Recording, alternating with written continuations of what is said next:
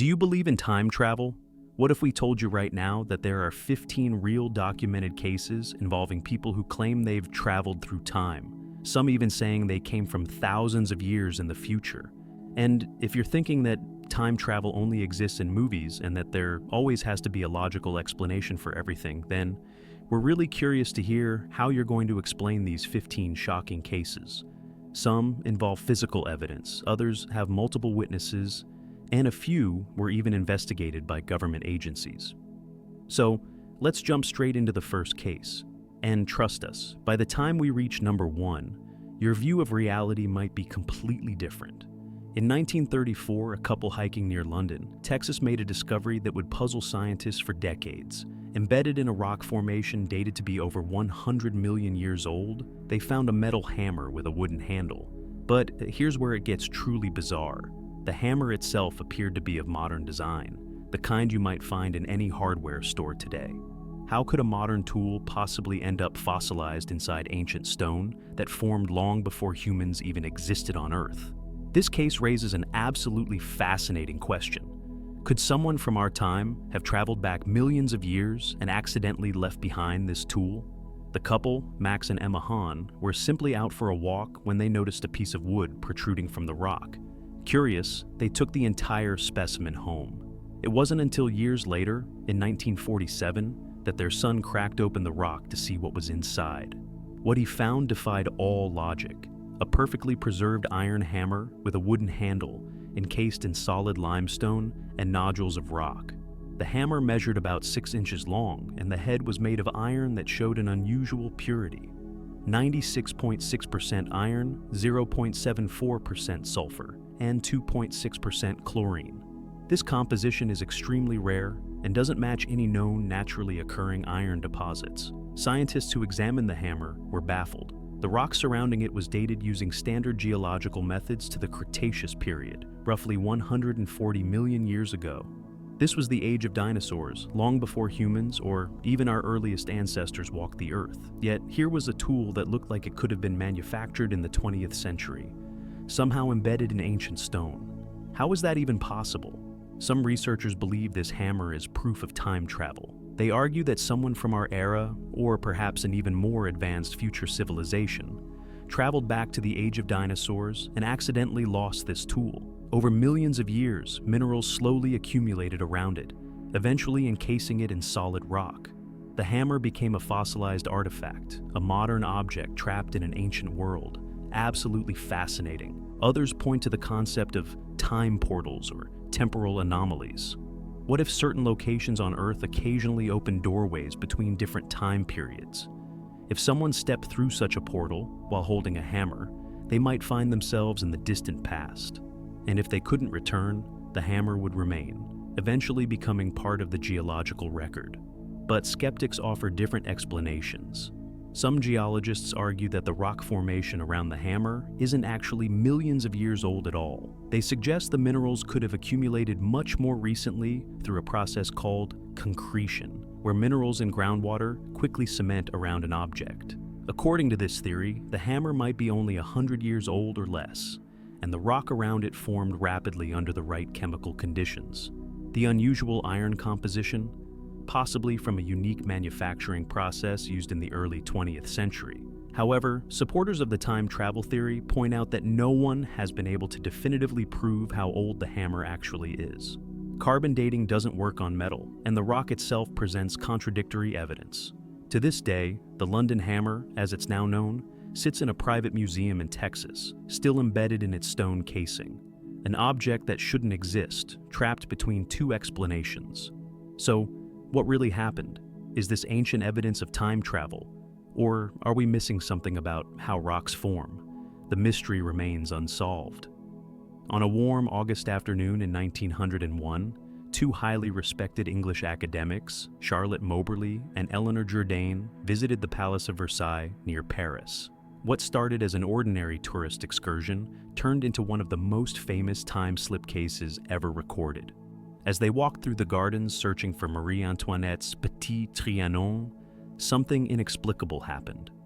The world around them seemed to shift. The colors became muted, the air felt heavy and oppressive, and suddenly they encountered people dressed in 18th century clothing who acted as if the two women didn't exist. For nearly an hour, they claimed they walked through the grounds of Versailles exactly as it appeared in 1789, just before the French Revolution. Both women were accomplished professionals. Charlotte Ann Moberly was the principal of St. Hugh's College, Oxford, and Eleanor Jourdain was an experienced educator who would later become the college's vice principal. These were not individuals prone to fantasy or exaggeration. They were trained academics, skeptical by nature, and yet what they experienced that day would haunt them for the rest of their lives. According to their detailed accounts, which they later published in a book called An Adventure, the atmosphere around them changed suddenly as they walked deeper into the gardens. Everything took on a strange, flat quality, as if they were looking at the world through an old photograph. The colors weren't quite right. They felt an overwhelming sense of oppression and gloom. Then they began encountering people. A woman shaking a white cloth from a window. Two men in long grayish-green coats and three-cornered hats. A man with a pockmarked face wearing a cloak and a large hat. None of these people acknowledged the two women, even when Moberly and Jourdain spoke to them. Most significantly, both women claimed they saw a woman sketching near the Petit Trianon. She wore an old-fashioned summer dress and a large white hat. Moberly later became convinced this woman was Marie Antoinette herself, and that they had somehow slipped back in time to see the doomed queen just before the revolution that would end her life. When they returned to Versailles weeks later to sketch the location, the geography had changed. Paths they had walked on didn't exist. Buildings they had seen were gone. The time slip theory is absolutely fascinating in this case. Some researchers believe that certain locations retain emotional or psychic imprints of traumatic historical events. Versailles, in 1789, was a place of immense tension and fear. Marie Antoinette knew the revolution was coming, that her world was ending. Could that powerful emotional energy have created a kind of temporal echo? A moment so intense that it occasionally replays itself, allowing people from the future to witness the past.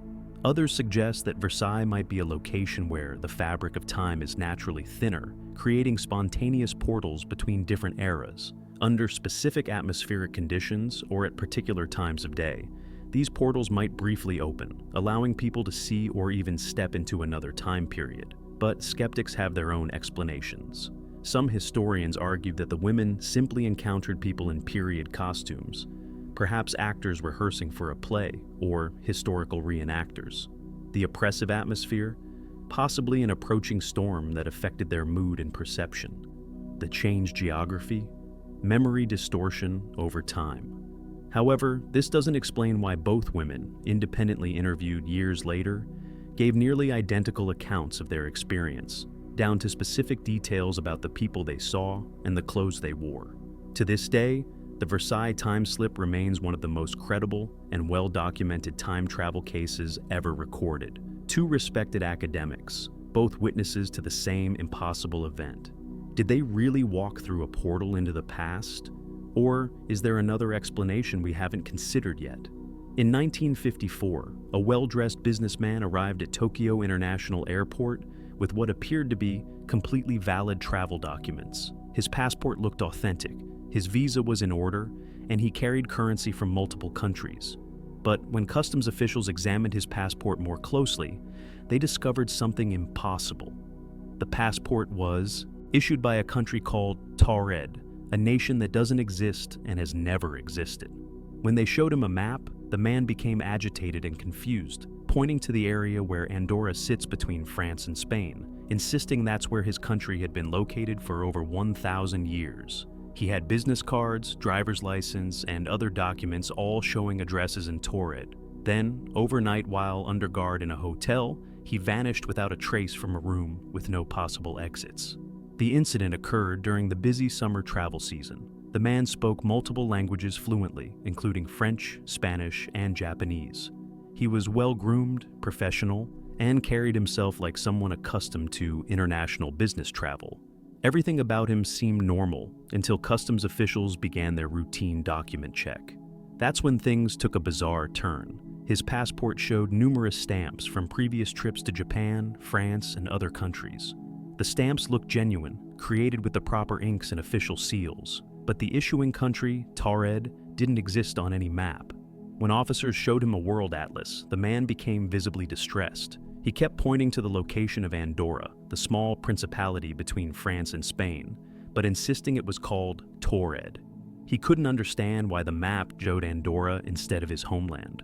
Officials found more impossible documents: business cards from a company that didn't exist, a driver's license from Taured with a photograph that matched his face, currency from Taured that looked real but wasn't from any known country.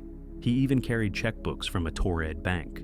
Everything in his possession confirmed he was from a place that, according to our reality, has never existed. The man claimed he was in Japan for a business meeting with a Tokyo-based company. When investigators contacted the company, they confirmed an appointment was scheduled, but they had no record of who had made it or which company he supposedly represented. Hotel records showed he had stayed in Japan during previous visits, but the company he worked for couldn't be traced. Confused and increasingly frustrated, officials decided to hold the man overnight in a hotel while they investigated further. They placed his documents in a secure location and stationed 2 guards outside his room. The hotel room was on a high floor with windows that couldn't open wide enough for a person to fit through. There was only one door, and it was guarded. The next morning, the guards opened the door to find the room completely empty. The man had vanished. Even stranger, when officials went to examine his documents, they had disappeared from the locked, secure room where they were being held. Every piece of evidence that the man from Taured had ever existed was gone. So, what happened here? Some believe this man accidentally traveled from a parallel dimension, an alternate reality where Taured exists, instead of Andorra. In quantum physics, scientists talk about the many worlds theory, the idea that every decision creates branching realities. Perhaps this traveler somehow slipped between worlds, arriving in our reality by mistake. When the universe corrected itself, he was pulled back to his original dimension, taking all his impossible documents with him. But skeptics argue this entire story might be an urban legend that's been embellished over the decades. Some researchers have tried to find official documentation of this incident, but have come up empty. Japanese airport records from 1954 don't mention this case. However, supporters point out that governments often suppress unexplainable incidents to avoid public panic. Could the records have been deliberately erased? Whether real or legend, the man from Taured represents one of the most intriguing mysteries related to parallel dimensions and alternate realities. If he really existed, where is he now? Back in Taured, telling the story of his strange trip to a world where his country didn't exist. Between the years 2000 and 2001, an anonymous person began posting in online forums claiming to be a soldier from the year 2036. This person, who called himself John Titor, said he had traveled back to our time on a military mission to retrieve an IBM computer needed to debug legacy systems in his era. But what makes this case truly fascinating is that John Titor didn't just claim to be a time traveler. He provided detailed technical diagrams of his time machine, explained the physics behind time travel using concepts like Kerr black holes and world lines, and made specific predictions about future events. Some of his predictions were eerily accurate. He warned about civil unrest in the United States, described a future where people would carry powerful computers in their pockets, and talked about tensions that would lead to global conflicts. John Titor first appeared on November 2, 2000, posting in an online forum called the Time Travel Institute. His initial messages were technical, discussing the physics of time travel in such detail that even physicists were impressed by his knowledge. He explained that his time machine was installed in a 1967 Chevrolet Corvette and later transferred to a 1987 Chevrolet truck. The device, he said, was called a C204 temporal displacement unit, manufactured by General Electric in his time. He posted photographs of the machine, detailed technical manuals, diagrams showing how the device manipulated microsingularities to create a gravitational field that could bend space-time. He described how the machine required immense amounts of energy and how time travel created slight variations in world lines, meaning he wasn't traveling to his exact past, but to a very similar parallel timeline. Absolutely fascinating. But what really captured people's attention were his predictions. John Titor said that a civil war would begin in the United States around 2004, starting with civil unrest that would gradually escalate. He predicted that the world would be devastated by nuclear war in 2015, with Russia launching attacks against major American cities and China.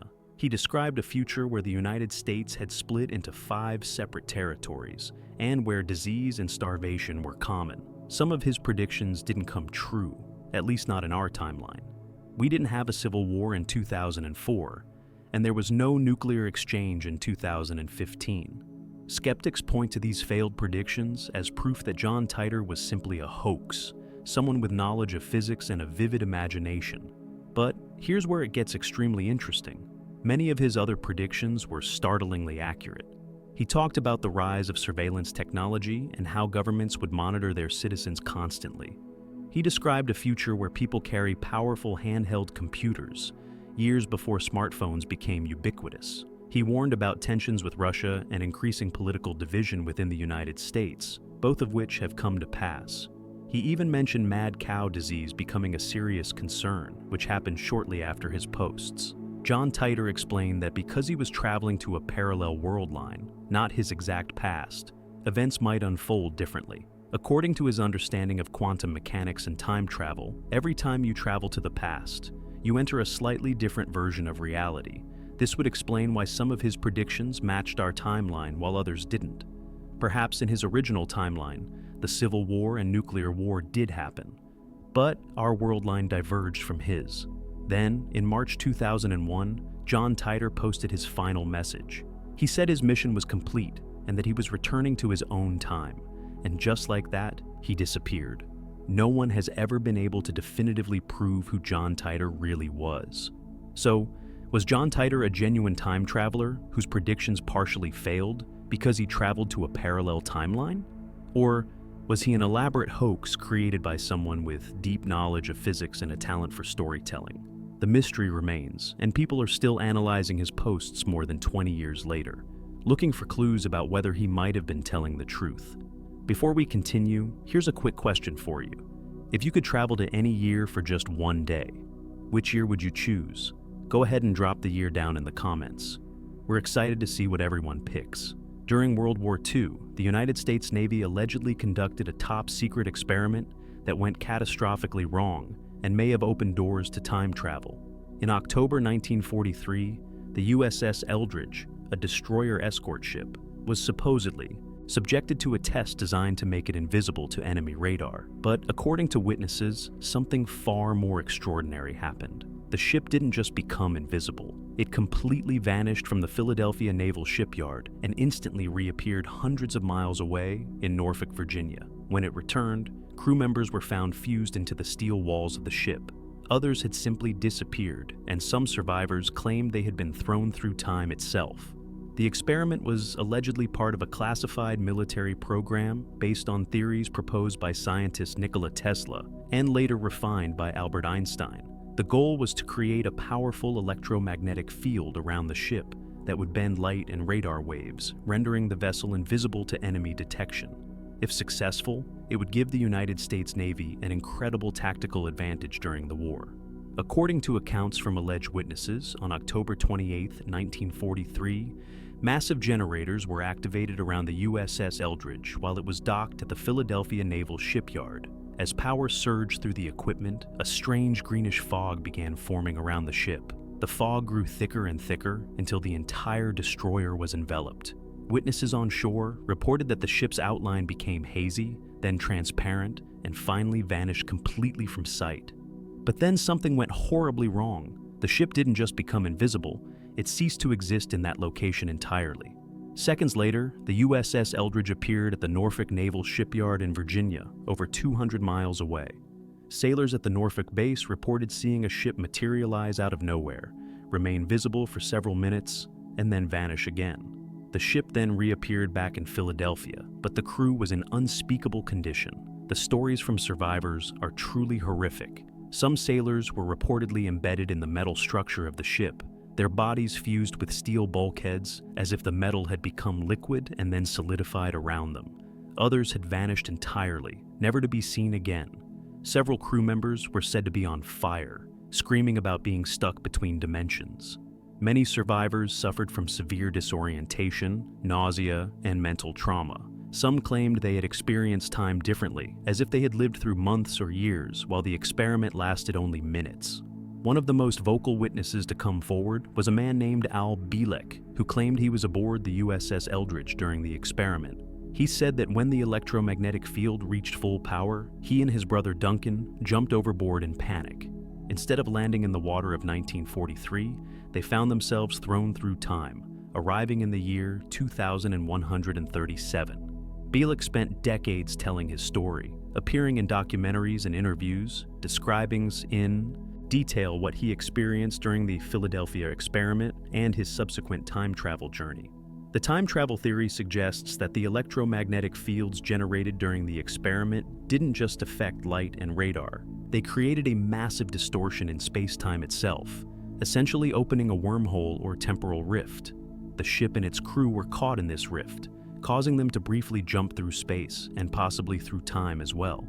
This would explain the teleportation to Norfolk and the severe physical effects on the crew. But skeptics are quick to point out problems with this story. The United States Navy has repeatedly denied that any such experiment took place. Official records show the USS Eldridge was nowhere near Philadelphia in October 1943. The ship's log places it in New York during that time. Additionally, many of the accounts about the Philadelphia experiment didn't surface until years after the war ended, leading some to believe the entire story is an elaborate myth that grew and evolved over time. However, believers argue that, of course, the Navy would deny such an experiment, especially if it went as catastrophically wrong as witnesses claim. Governments routinely classify or deny military projects that end in disaster. And while official records might place the USS Eldridge in New York, couldn't those records have been altered to hide the truth? To this day, the Philadelphia experiment remains one of the most controversial cases in time travel lore. Did the United States Navy accidentally discover time travel while trying to create an invisibility cloak? Did sailors really experience temporal displacement, finding themselves thrown through time? Or is this entire story nothing more than a compelling wartime legend?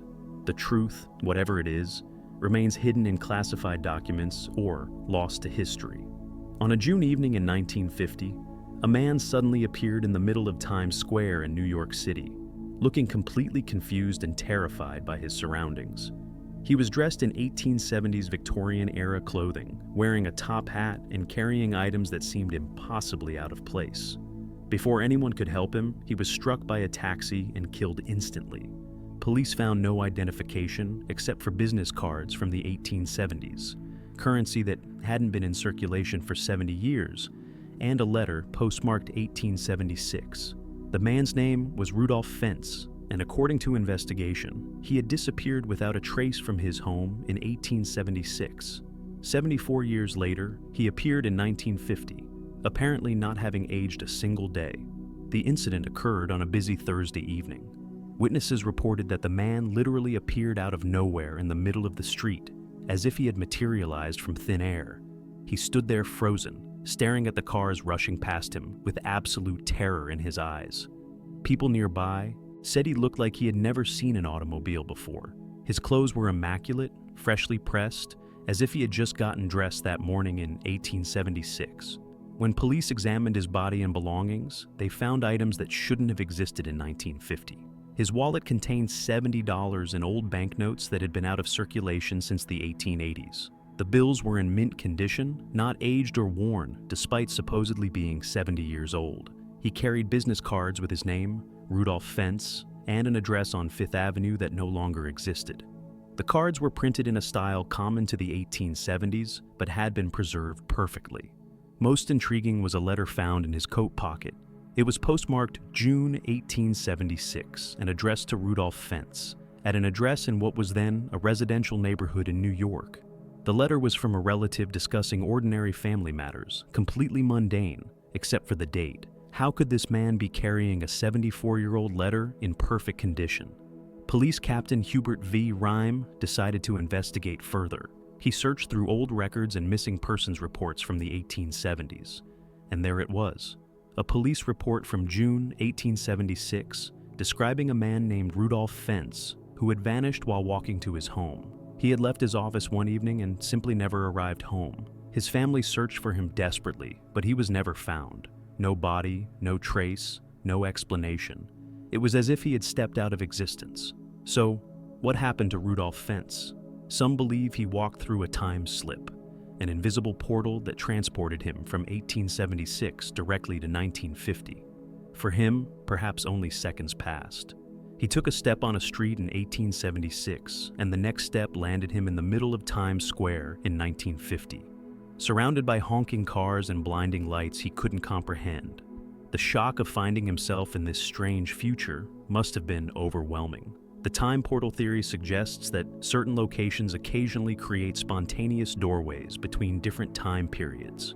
Maybe the spot where Fentz walked in 1876 and the spot where he appeared in 1950 occupied the same physical location, just 74 years apart. Under the right conditions, a gateway opened, and he stepped through without even realizing it. But skeptics have challenged this entire story. Some researchers claim that Rudolf Fentz never existed at all, that this case was actually a work of fiction written by a science fiction author and later mistaken for a real event. They point out that no contemporary newspaper articles from 1950 mention this incident, which seems strange for such a bizarre occurrence in the middle of Times Square. No death certificate has been found. No police report has been verified. However, believers argue that the story has been told consistently for decades, appearing in various sources and publications. Could it have originated as fiction, but been based on a real incident that was covered up or forgotten? And why would so many people continue to reference this case if it were completely fabricated? The mystery of Rudolf Fentz remains one of the most famous time travel cases ever recorded. Whether he was a real man who stepped through time or a fictional character who became legend, his story raises fascinating questions. Are there invisible doorways in time all around us? Could you walk through one without even knowing it and find yourself in a completely different era? This case involves one of the most documented and disturbing aviation mysteries ever recorded. On September 4th, 1954, a commercial flight operated by Santiago Airlines took off from Aachen, Germany, headed for Porto Alegre, Brazil. The flight, carrying 92 passengers and crew, never arrived at its destination. Air traffic control lost all contact with the aircraft, and despite extensive searches, no wreckage was ever found. The plane had simply vanished. But here's where this case becomes absolutely mind-blowing. 35 years later, in October 1989, air traffic controllers in Porto Alegre detected an unidentified aircraft approaching their airport. The plane landed smoothly, but when ground crews approached it, they made a horrifying discovery. It was the missing Santiago Airlines flight, and inside, all 92 people were found dead, their bodies perfectly preserved as if they had died only moments before. Flight Santiago 513 departed Aachen on schedule that September morning. Weather conditions were clear, the aircraft had recently undergone maintenance, and the experienced crew had flown this route many times before. Everything seemed routine. The plane maintained regular radio contact with air traffic control as it crossed Europe and began its journey across the Atlantic Ocean. Then, somewhere over the Atlantic, the communications suddenly stopped. No distress signal, no indication of mechanical problems, no emergency call. The aircraft simply went silent. Search and rescue teams scoured the ocean for weeks. Aircraft flew grid patterns over thousands of square miles of water. Ships searched for debris, but they found nothing. Not a single piece of wreckage, no oil slick, no life rafts, no bodies. It was as if the plane had been erased from existence. Eventually, the search was called off, and the passengers and crew were presumed dead, lost somewhere in the Atlantic Ocean. Families mourned, insurance claims were processed. The airline continued operations. Life moved on.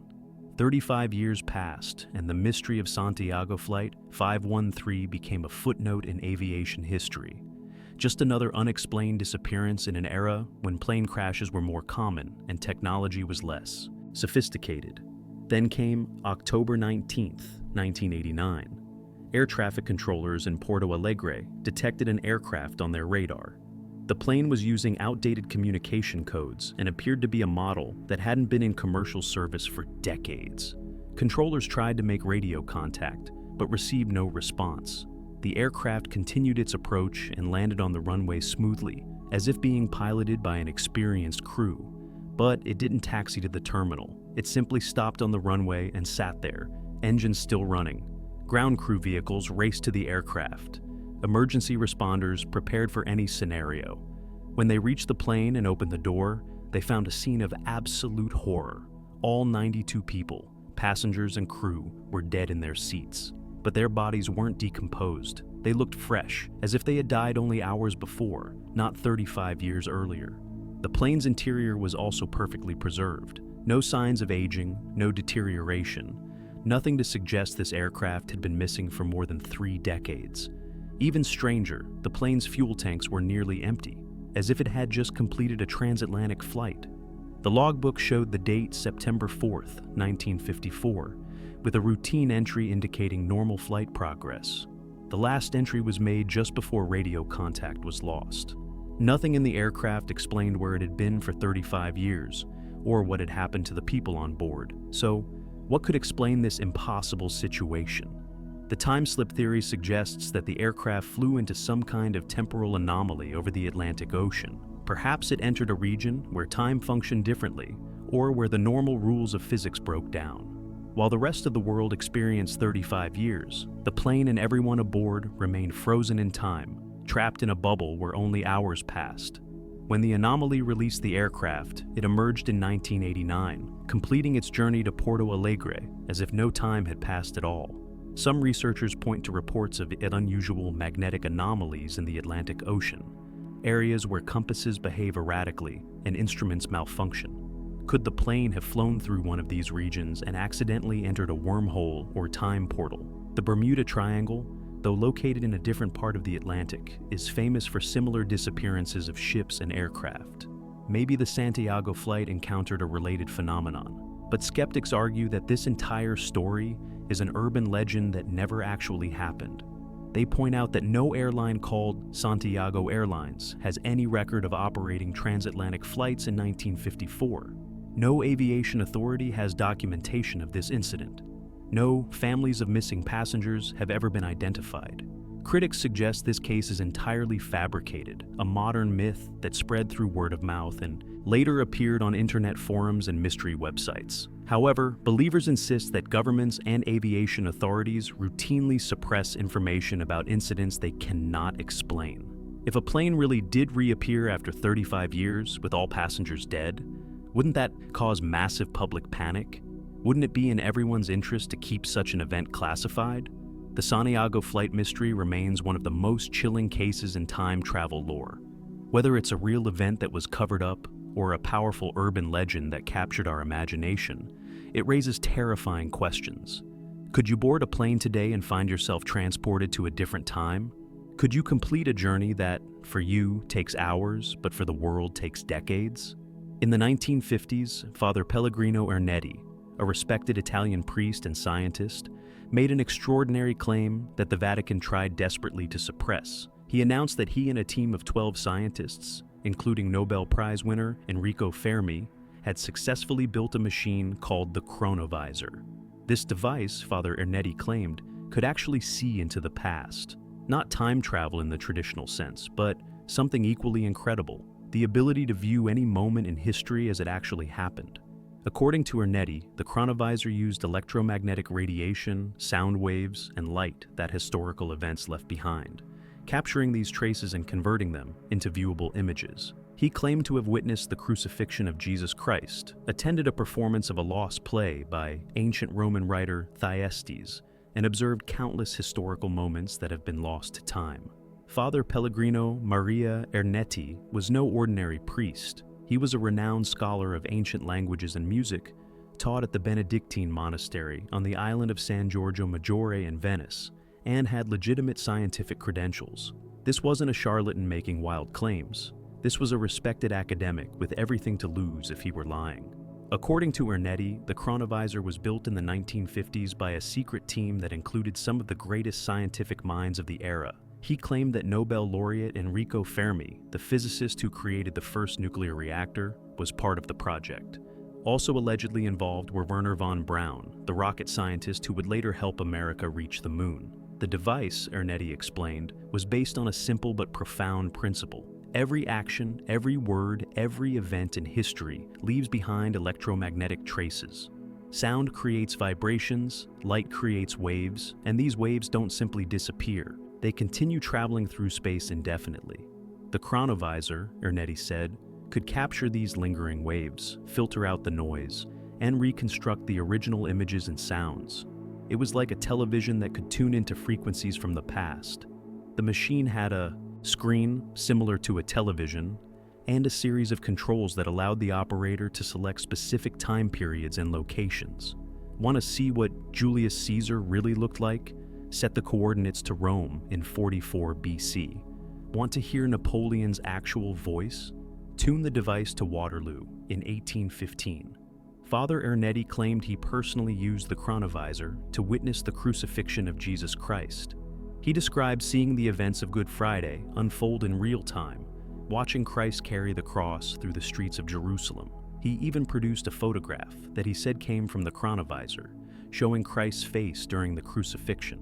The image caused immediate controversy. Some believed it was proof that the device really worked. Others quickly pointed out that the face in the photograph looked suspiciously similar to a statue in a church in Italy, suggesting Ernetti had simply photographed existing artwork. Ernetti also claimed to have watched a complete performance of Thyestes, a tragic play by the ancient Roman writer Quintus Ennius. This play has been lost to history, with only fragments surviving in ancient texts. But Ernetti said he watched the entire performance through the chronovisor and even transcribed the dialogue. When he published the text, classical scholars examined it and found it suspiciously similar to other known Roman plays, leading many to conclude he had fabricated it. If you're enjoying the video so far, make sure to hit that subscribe button and give us a thumbs up. It really helps us continue creating content like this. Thank you so much. So, did the chronovisor really exist? The Vatican has never officially confirmed or denied its existence. However, in 1988, Father Ernetti gave an interview to a journalist where he seemed to backtrack slightly. He didn't deny the machine existed, but he suggested that the photograph of Christ might not have been authentic. He died in 1994, taking whatever truth he knew to the grave. Some researchers believe the chronovisor was real, but that the Vatican ordered its destruction or locked it away in secret archives. The implications of such a device would be staggering. It could prove or disprove religious events, reveal hidden historical truths, and expose secrets that powerful institutions want to remain buried. No wonder the Vatican might want to suppress it, but skeptics point to the lack of any physical evidence. No photographs of the machine exist except crude sketches. None of the alleged team members, including Enrico Fermi, ever publicly confirmed their involvement. The images Ernetti produced were either clearly fraudulent or could be easily explained as photographs of existing artwork. Critics suggest that Ernetti, perhaps seeking attention or wanting to spark debate about faith and science, created an elaborate hoax, yet the story persists. The chronovisor remains one of the most intriguing devices that might have been invented. Whether it was a real machine capable of viewing the past or simply a priest's imaginative fiction, it raises a profound question. If we could see into the past, if we could witness history as it actually happened, would we want to? And what would we discover that might change everything we believe about the world? Andrew Basiago is a lawyer from Washington State who has made one of the most detailed and elaborate claims of time travel participation ever recorded. He insists that, as a child in the 1960s and 70s, he was recruited by DARPA, the Defense Advanced Research Projects Agency, to participate in a top-secret program called Project Pegasus. According to Basiago, this project successfully achieved time travel using technology based on papers left by Nikola Tesla. But his claims go far beyond simple time travel. Basiago says he was sent on multiple missions to different time periods. He claims he attended Ford's Theater on the night President Lincoln was assassinated, not once but 5 times, appearing each time as a different child to avoid detection. He describes visiting the year 2054 and witnessing a devastated American landscape. Andrew Basiago is not someone you'd immediately dismiss as crazy. He's an attorney with a law degree from Cambridge University, a published author, and has run for political office. He speaks eloquently and provides incredibly specific details about his alleged experiences. According to him, Project Pegasus began in the late 1960s under the direction of his father, Raymond Basiago, who worked for the Department of Defense. Basiago claims that DARPA successfully developed time travel technology using principles discovered in papers by Nikola Tesla. The legendary inventor had allegedly figured out how to manipulate electromagnetic fields to create portals through space-time, but his research was confiscated after his death and classified by the government. Decades later, scientists working for DARPA supposedly cracked Tesla's codes and built working time machines. The project involved recruiting children, Basiago says, because young minds could better handle the psychological stress of time travel. Between the ages of 7 and 12, he claims he was sent on at least 40 time travel missions. The destinations varied wildly. Sometimes he was sent just a few years into the past or future. Other times, he traveled centuries. His most famous claim involves Abraham Lincoln's assassination. Basiago insists he was physically present at Ford's Theater on April 14, 1865, the night John Wilkes Booth shot President Lincoln. But here's the truly bizarre part. He says he was sent to that exact event 5 separate times, appearing as 5 different children to avoid creating paradoxes or being noticed. Each time, he watched the assassination unfold from different vantage points in the theater. Why would the government send a child to witness this tragedy multiple times? Basiago suggests it was partly a training exercise and partly an experiment to see if time travelers could observe historical events without altering them. He also describes visiting the year 2054. In this future timeline, he says, he saw a devastated American landscape. Climate change had wreaked havoc, coastal cities were flooded, and the population had drastically decreased. He claims the government was using Project Pegasus to study potential future timelines to make better decisions in the present. Absolutely fascinating if true. Basiago even claims to have photographic evidence. He's pointed to a photograph taken at the Gettysburg Address in 1863, showing a young boy in the crowd who he insists is himself, sent back in time as part of Project Pegasus.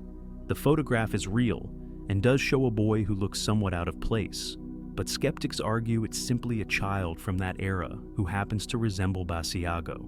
Other witnesses have come forward supporting parts of Basiago's story.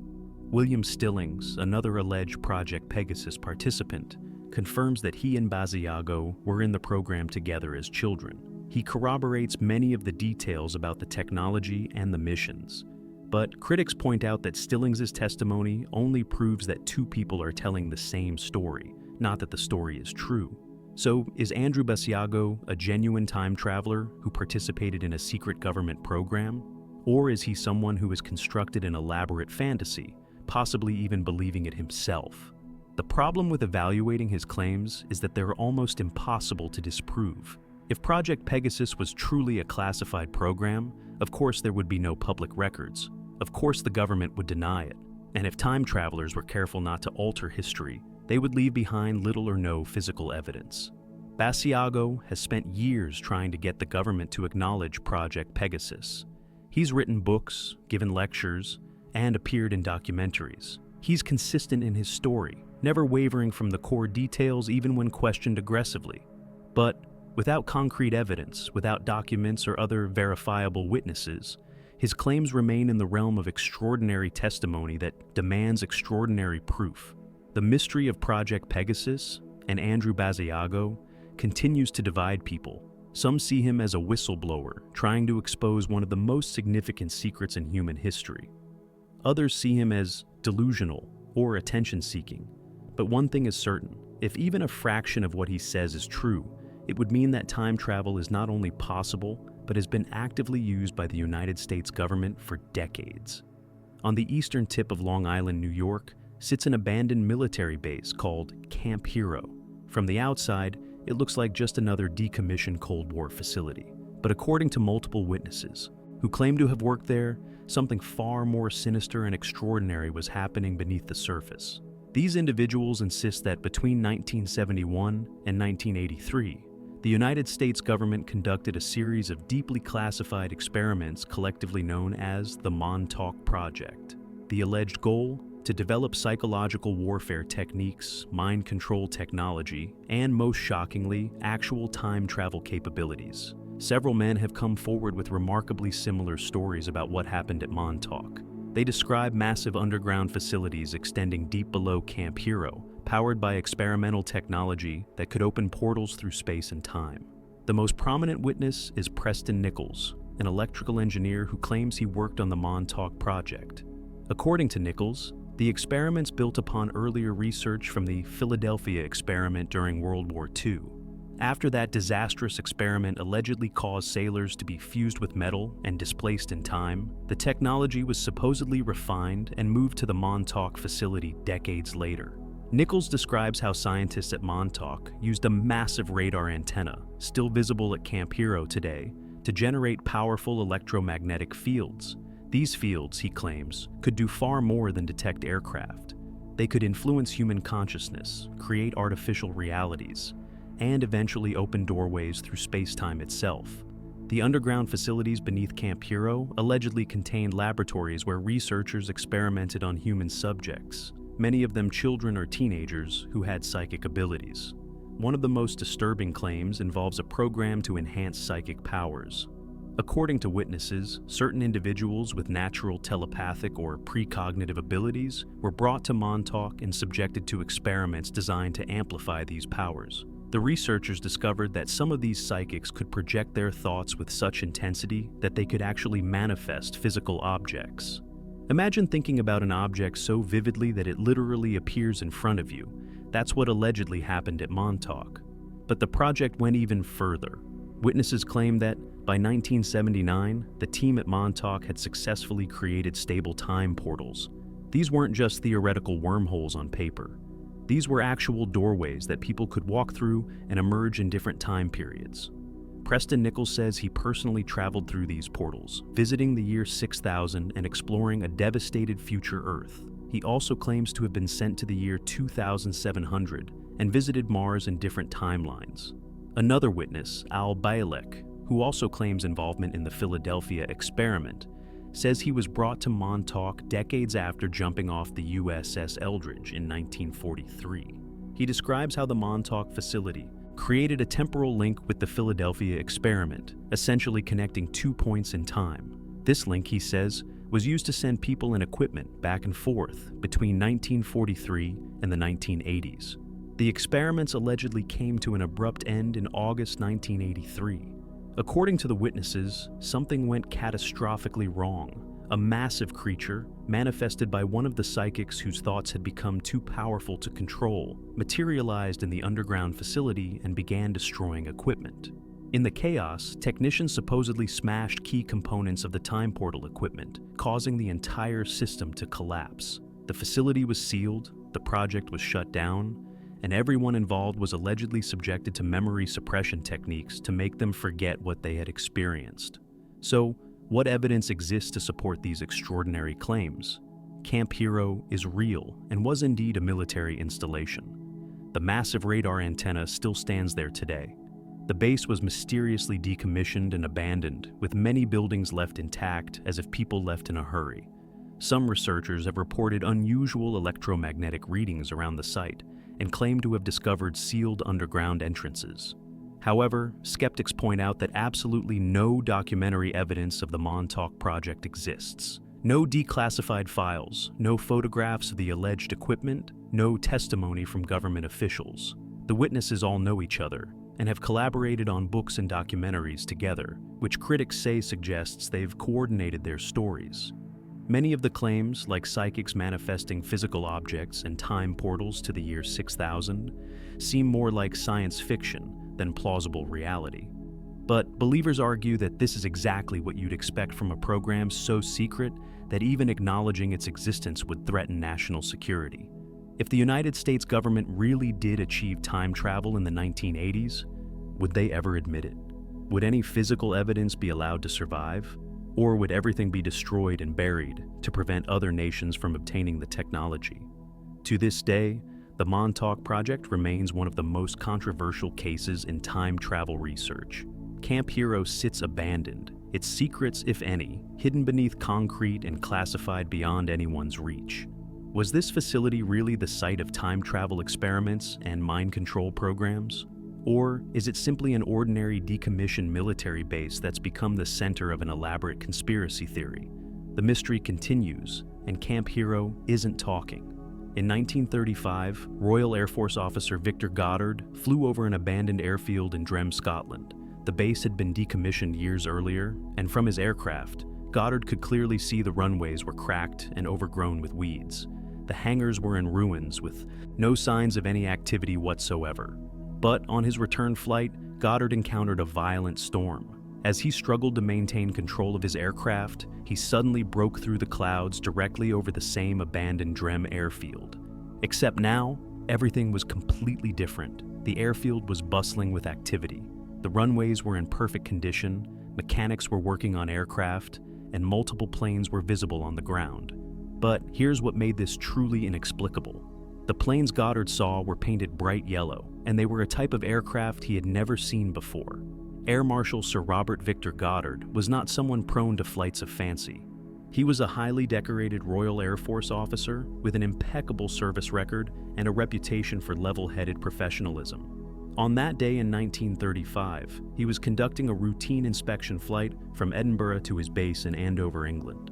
The flight path took him over Drem Airfield, which had been abandoned and fallen into disrepair. As Goddard flew over the first time, he made careful observations. The runways were clearly visible, but badly deteriorated, with grass and weeds growing through the cracks. The hangars were dilapidated, their roofs partially collapsed. There were no people, no vehicles, no aircraft. It was exactly what you'd expect from a decommissioned military facility. Goddard noted these details mentally and continued on his journey, but on his return flight later that afternoon, weather conditions deteriorated rapidly.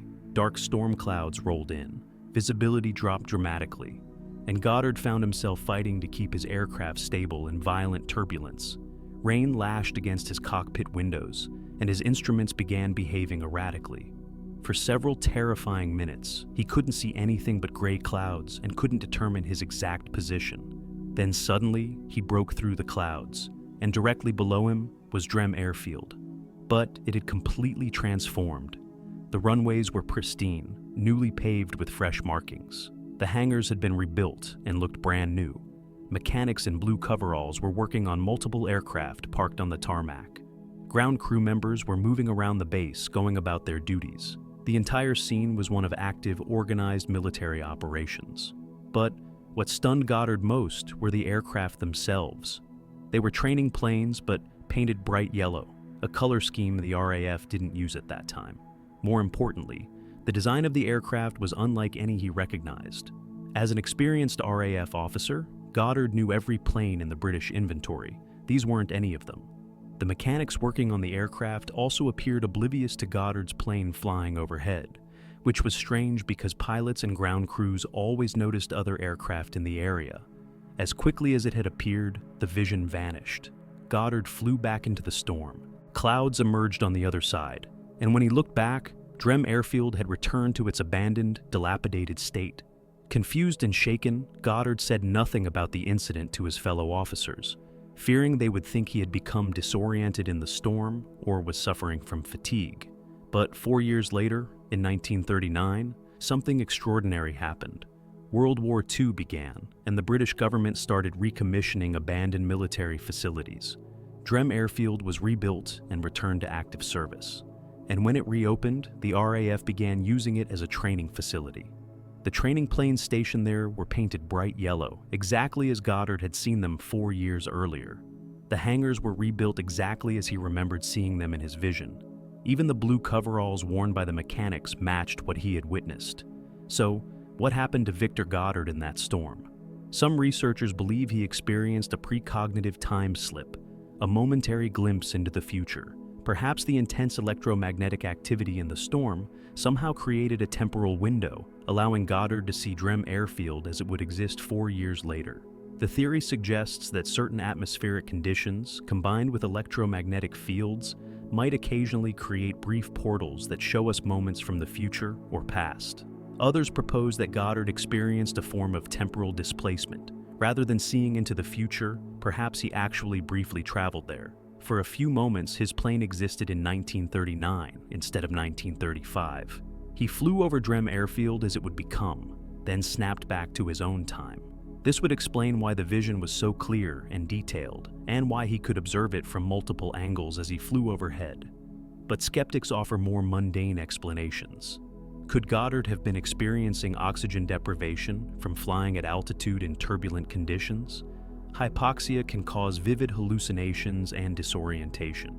Perhaps his mind, stressed by the storm and low oxygen levels, created a vivid fantasy that happened to coincidentally match what Drem would later become.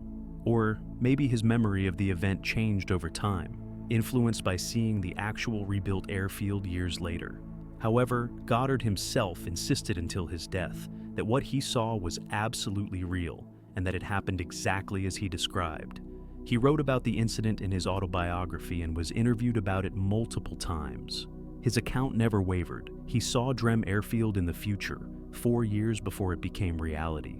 The case of Victor Goddard remains one of the most credible precognitive experiences ever recorded.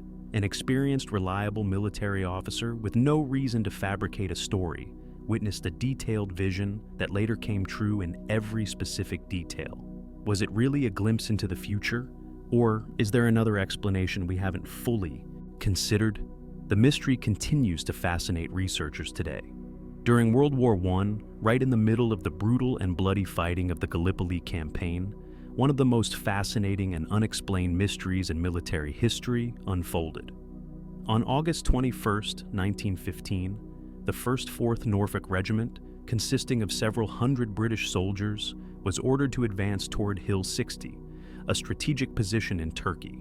Multiple witnesses, including soldiers from the New Zealand Expeditionary Force positioned nearby, watched as the Norfolk Regiment marched directly toward a group of low-lying clouds that hugged the hillside. The strange clouds were described as having an unusual solid appearance and a breadloaf shape, sitting completely still, despite a strong breeze blowing through the area. The witnesses watched as the entire regiment, approximately 267 men, walked into these clouds, and then they simply never came out. The Gallipoli campaign was one of the deadliest military operations of World War I. Allied forces, including British, Australian, and New Zealand troops, were attempting to capture the Gallipoli Peninsula from the Ottoman Empire. The fighting was fierce, casualties were horrific, and the strategic situation was constantly chaotic. But even in the midst of this brutal warfare, what happened to the 1st 4th Norfolk Regiment stood out as inexplicable. August 21, 1915, was a clear day with good visibility. The New Zealand soldiers positioned on a ridge had an unobstructed view of the battlefield below. They watched as the Norfolk Regiment, following orders, advanced across open ground toward Hill 60. The British soldiers moved in formation, their rifles at the ready, marching steadily toward their objective. Then the New Zealand witnesses noticed the clouds, 6 or 8 of them, they later reported, hovering low over the hillside, directly in the Norfolk Regiment's path. These weren't normal clouds. They had a strange, solid appearance, almost like loaves of bread lying on the ground. The clouds were dense, opaque, and had clearly defined edges. Most bizarrely, they weren't moving at all, despite a strong breeze of 4 to 5 miles per hour blowing through the area. Every other cloud in the sky was moving with the wind, but these clouds sat perfectly still. The Norfolk Regiment reached the clouds and without hesitation marched directly into them. The New Zealand soldiers expected to see the British troops emerge from the other side within moments, but they never appeared. Soldier after soldier walked into the clouds until the entire regiment had entered. Then, according to the witnesses, the clouds slowly lifted off the ground and drifted away with the wind, joining the other clouds in the sky and becoming indistinguishable from them. The Norfolk Regiment had vanished. 267 men, an entire military unit, had disappeared without a trace. When the area was later searched, no bodies were found, no equipment, no signs of combat. The soldiers hadn't been captured because no prisoners of war matching their description were ever reported. They simply ceased to exist. After the war ended, the British government conducted an investigation. They interviewed the New Zealand witnesses extensively and searched military records for any explanation.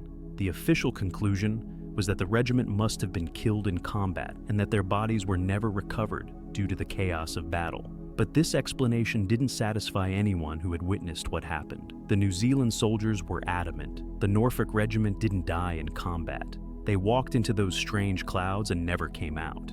So, what really happened on that hillside in Turkey?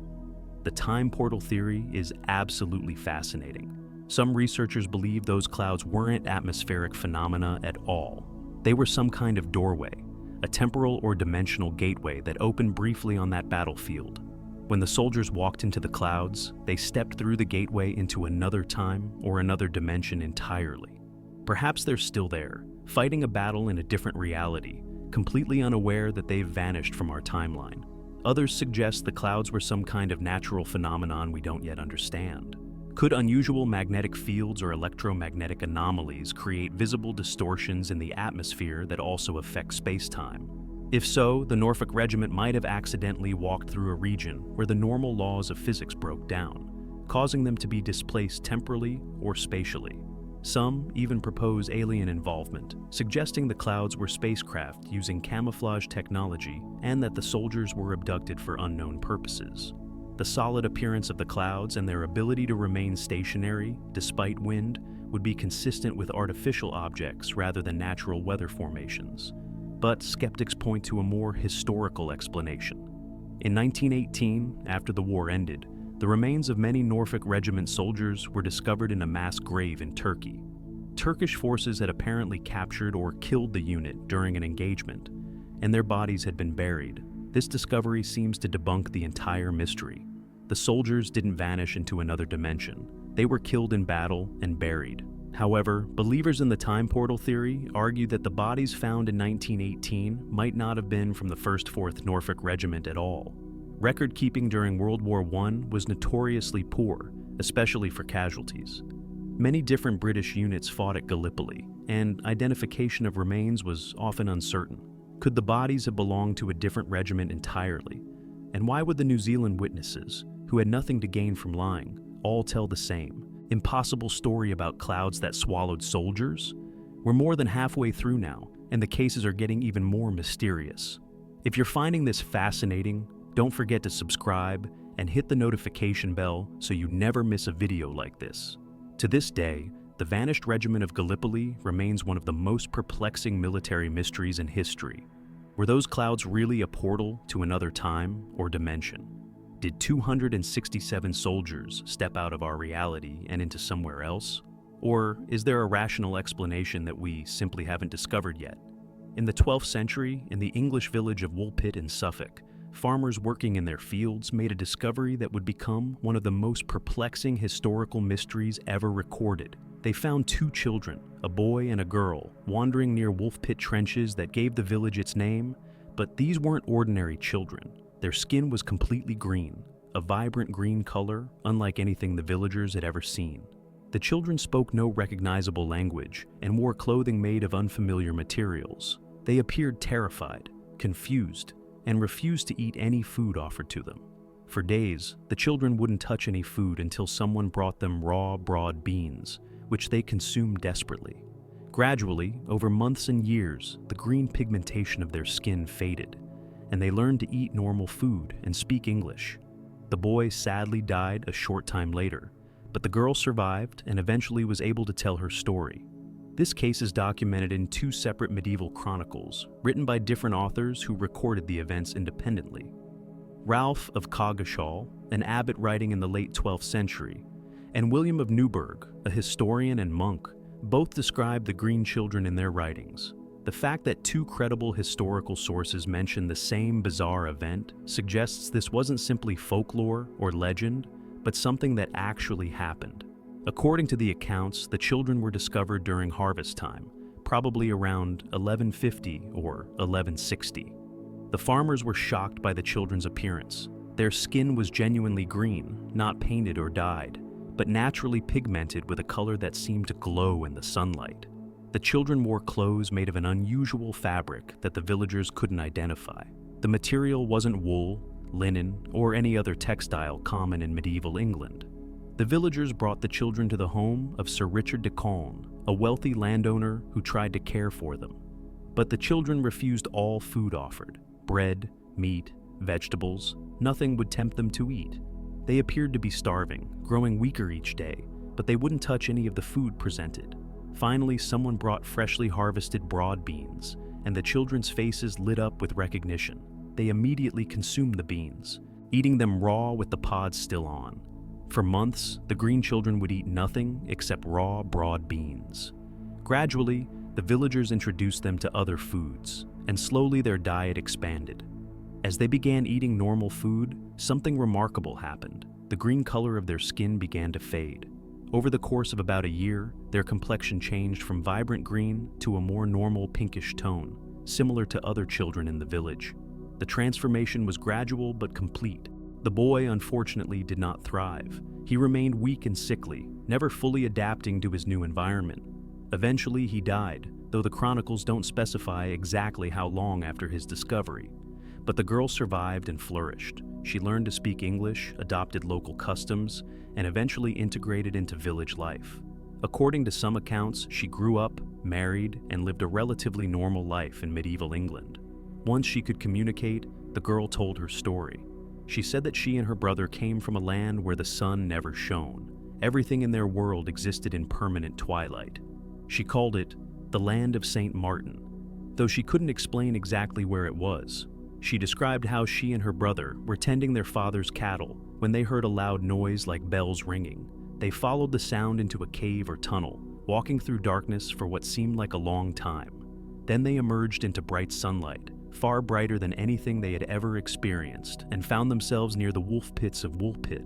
They were unable to find their way back. So, what explanation could possibly account for green-skinned children speaking an unknown language and claiming to come from a land of eternal twilight? The time travel theory suggests they came from a different era entirely, perhaps a future time when humanity has evolved or adapted to different environmental conditions, developing green pigmentation.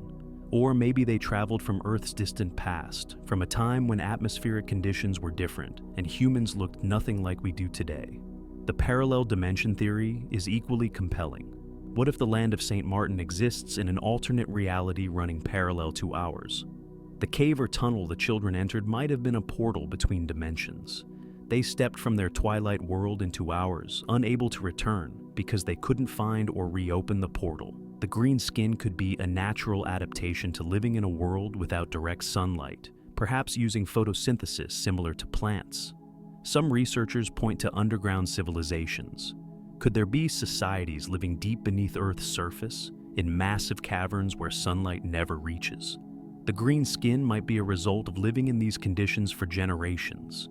The children could have wandered away from their underground home, become lost in tunnel systems, and eventually emerged on the surface in medieval England. But skeptics offer more conventional explanations. Some suggest the children were Flemish refugees whose parents had died, leaving them orphaned and malnourished. Certain dietary deficiencies can cause a greenish tint to the skin, a condition called chlorosis, or green sickness. The unfamiliar language might have been a Flemish dialect the villagers couldn't understand. The strange story about the land of St. Martin could have been a confused, traumatized child's attempt to explain her origins in poetic terms. However, this doesn't fully explain the vibrant green color described in the chronicles, or the fact that the children's diet of only broad beans somehow helped them adapt. It also doesn't explain the unusual clothing or why two independent historical sources would record such similar details if it were simply ordinary refugee children. The mystery of the green children of Woolpit has captivated historians and researchers for over 800 years. Were they time travelers from a different era? Visitors from a parallel dimension? Survivors from an underground civilization? Or simply tragic orphans whose story was embellished over time? We may never know the complete truth, but their tale remains one of the oldest and most fascinating time travel cases ever documented.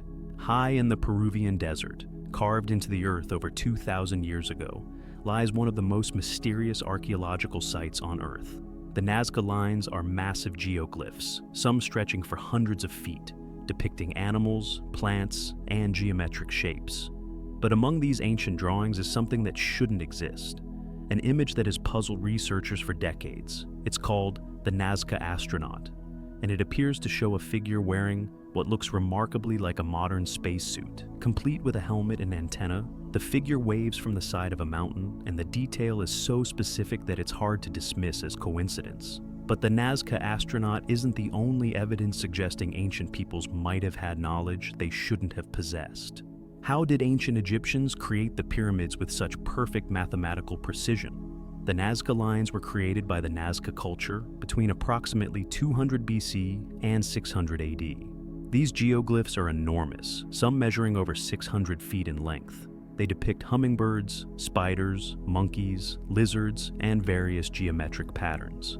The lines were created by removing the reddish pebbles covering the desert floor, exposing the lighter ground beneath. Due to the extreme dryness of the region, these markings have survived for over 2,000 years with minimal erosion. But here's what makes them truly mysterious. The designs are so large that they can only be fully appreciated from the air, hundreds of feet above the ground. From ground level, they appear as random trenches and lines with no discernible pattern. Yet, the Nazca, people created these intricate designs with perfect proportions and geometric accuracy without the ability to view them from above. How did they accomplish this? And more importantly, why create massive drawings that you can't even see unless you're flying? Enter the Nazca astronaut. This particular geoglyph is carved into the side of a hill and depicts a humanoid figure approximately 100 feet tall. Unlike the other Nazca drawings, this figure looks distinctly different. It appears to be waving, one arm raised in greeting. But what's most striking is the head. It's round, disproportionately large compared to the body, and appears to have something protruding from the top. Many researchers believe this looks exactly like an astronaut wearing a space helmet with an antenna or communication device extending upward. The detail in the drawing is remarkably specific. The body is enclosed in what appears to be a suit. The hands are visible but seem to be covered or gloved. The overall proportions and posture resemble a person in bulky protective gear rather than the natural human form. And that large round head, it looks uncannily similar to the helmets worn by astronauts or deep-sea divers, completely enclosing the head and face. So, why would ancient people who had never seen spacesuits or modern diving equipment create a drawing that looks exactly like an astronaut? The ancient astronaut theory proposes that extraterrestrial visitors came to Earth thousands of years ago and interacted with ancient civilizations. The Nazca people, according to this theory, witnessed these visitors and created the geoglyph as a way to honor them or record their appearance. Perhaps the aliens wore protective suits, and the Nazca artists faithfully depicted what they saw. Taking this further, some researchers suggest that the Nazca lines themselves were created as landing markers or signals for extraterrestrial craft. The massive drawings would be visible from high altitude or even from space, serving as beacons or landing instructions. The geometric patterns could be navigational aids. This would explain why the designs are only fully visible from the air and why ancient people would invest enormous effort into creating them. But the mystery extends beyond just Nazca. Look at the Egyptian pyramids. These structures were built with such precise mathematical and astronomical alignment that even with modern technology, replicating them would be challenging. The Great Pyramid of Giza is aligned almost perfectly with true north, with an accuracy of 3/60ths of a single degree. The proportions incorporate pi and the golden ratio. The blocks fit together so precisely that you can't slide a piece of paper between them. How did ancient Egyptians, without modern surveying equipment, computers, or advanced mathematics, achieve this level of precision? Or consider the massive stone structures at Pumapunku in Bolivia. Some of the stones weigh over 100 tons and are cut with such precision that they interlock perfectly without mortar. The cuts are so exact, they appear machine-made. The site is over 12,000 feet above sea level, making the logistics of moving and shaping such massive stones even more incomprehensible. Archaeological evidence suggests these structures are thousands of years old, created by civilizations we consider primitive. The time travel theory offers an intriguing alternative explanation. What if these ancient peoples had help not from aliens, but from time travelers? Humans from our future, possessing advanced technology and knowledge, could have traveled to the past to assist or observe ancient civilizations. The Nazca astronaut might depict not an alien, but a human time traveler in a protective suit. The mathematical precision in ancient structures could have been achieved with guidance from visitors who brought knowledge from the future.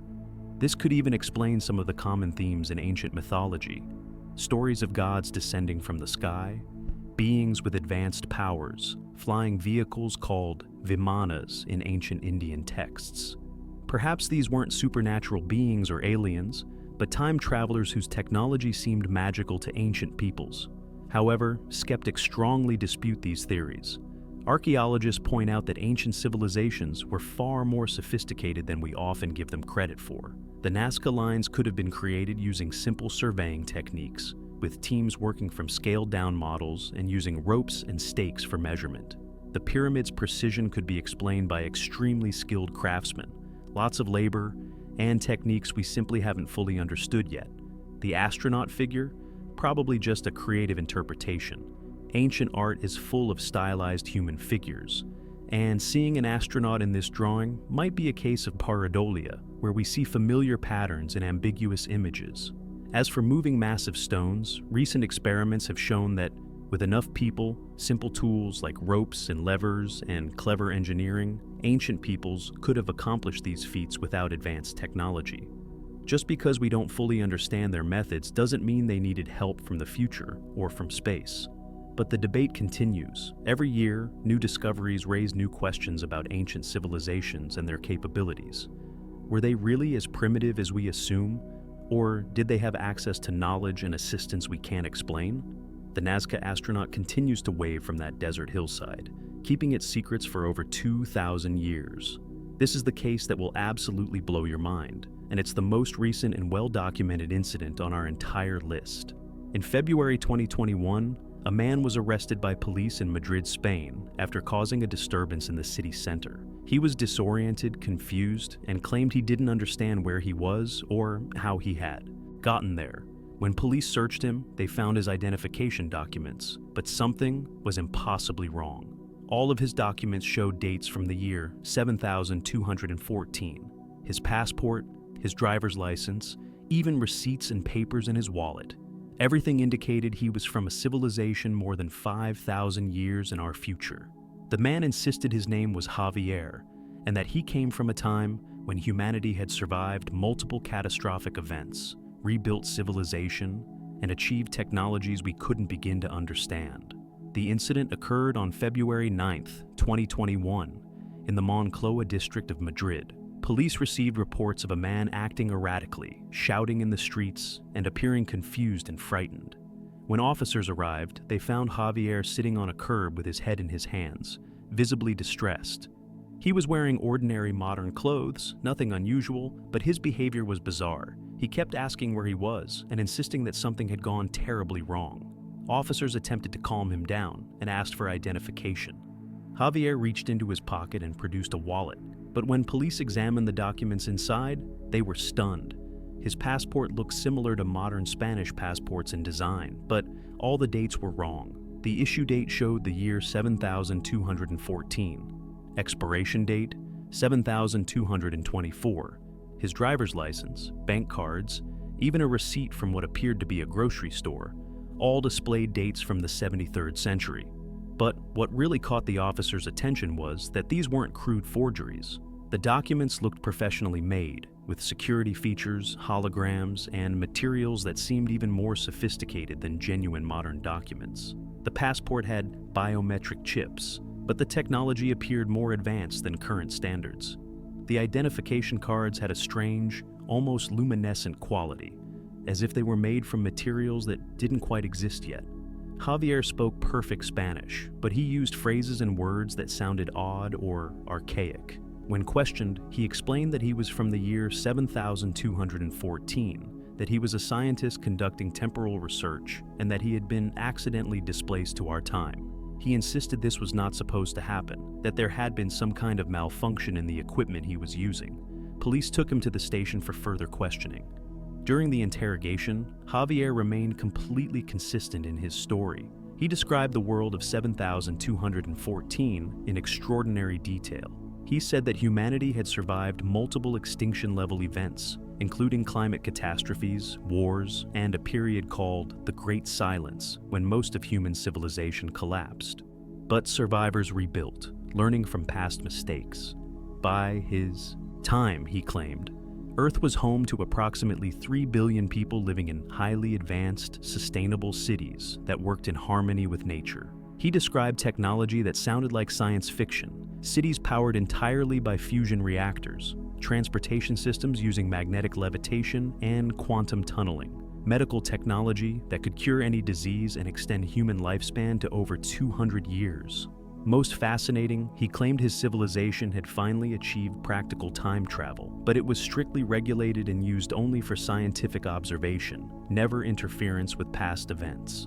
According to Javier, he had been part of a research team studying the early 21st century, a pivotal period in human history when decisions made would determine whether civilization would survive or collapse. His team used temporal observation technology to view our time period without physically interacting with it. But something went wrong with the equipment. A malfunction in the temporal field caused him to be physically pulled backward through time and deposited in 2021 Madrid. He claimed he tried to activate his emergency return device, a small piece of technology he described as being embedded in his body. But it wasn't functioning. He was stranded in the past with no way to communicate with his own time and no way to return. The documents he carried were genuine identification from 7,214, physical proof that he was telling the truth. Police psychiatrists evaluated Javier and found him coherent, intelligent, and showing no signs of mental illness or delusion. He passed cognitive tests easily. His story never changed or contradicted itself. But, of course, the documents were physically impossible. No matter how sophisticated they appeared, they couldn't actually be from the year 7,214. The authorities faced an impossible situation. They couldn't charge him with any crime because he hadn't actually broken any laws. Causing a disturbance wasn't serious enough to justify detention, but they also couldn't simply release him if he was delusional or potentially dangerous. And then something even stranger happened. According to unofficial reports, several government agencies became involved. Intelligence services, scientific advisors, even officials from outside Spain arrived to interview Javier.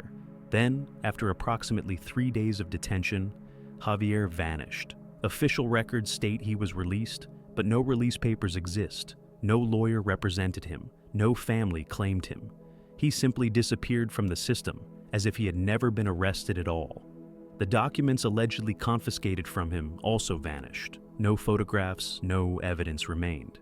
But here's what makes this case truly fascinating. Multiple police officers involved in the initial arrest have confirmed the basic facts of the story. Javier was real, his documents were real, and impossible. And he did claim to be from the year 7,214. Some officers have spoken anonymously to journalists, describing the incident and confirming that something extremely strange occurred. So, what happened to Javier? Was he a genuine time traveler who somehow managed to return to his own time? Did his emergency technology finally activate after 3 days, pulling him forward 5,000 years? Or did government agencies take him to a secure location for further study, classifying the entire incident to prevent public panic? Skeptics argue this entire story is an elaborate hoax or an internet urban legend that got out of control. They point out that no official documentation has been produced. No verifiable evidence exists. The story first appeared on social media and conspiracy theory websites, always a red flag for authenticity. Perhaps Javier was simply a troubled individual with sophisticated forgeries who somehow convinced police officers to play along with his delusion temporarily before he was quietly released and forgotten. But believers argue that this is exactly how governments would handle a real-time traveler. Of course, there's no official documentation. Of course, evidence disappeared. If someone really did arrive from 5,000 years in the future with impossible technology and detailed knowledge of future history, would any government publicly acknowledge it? Or would they classify everything, suppress the story, and ensure that Javier either returned to his time or disappeared permanently?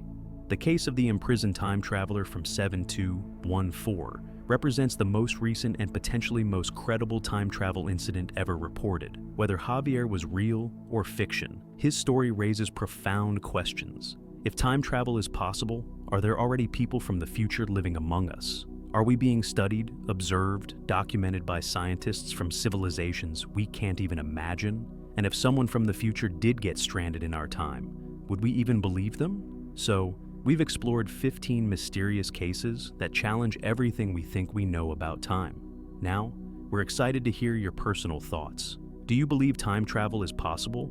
Or do you think there are logical explanations for all these mysteries? Which case fascinated you the most? Drop your answers in the comments below. And if you enjoyed this video, make sure to subscribe and hit that like button. Thank you so much for watching, and we'll see you in the next one.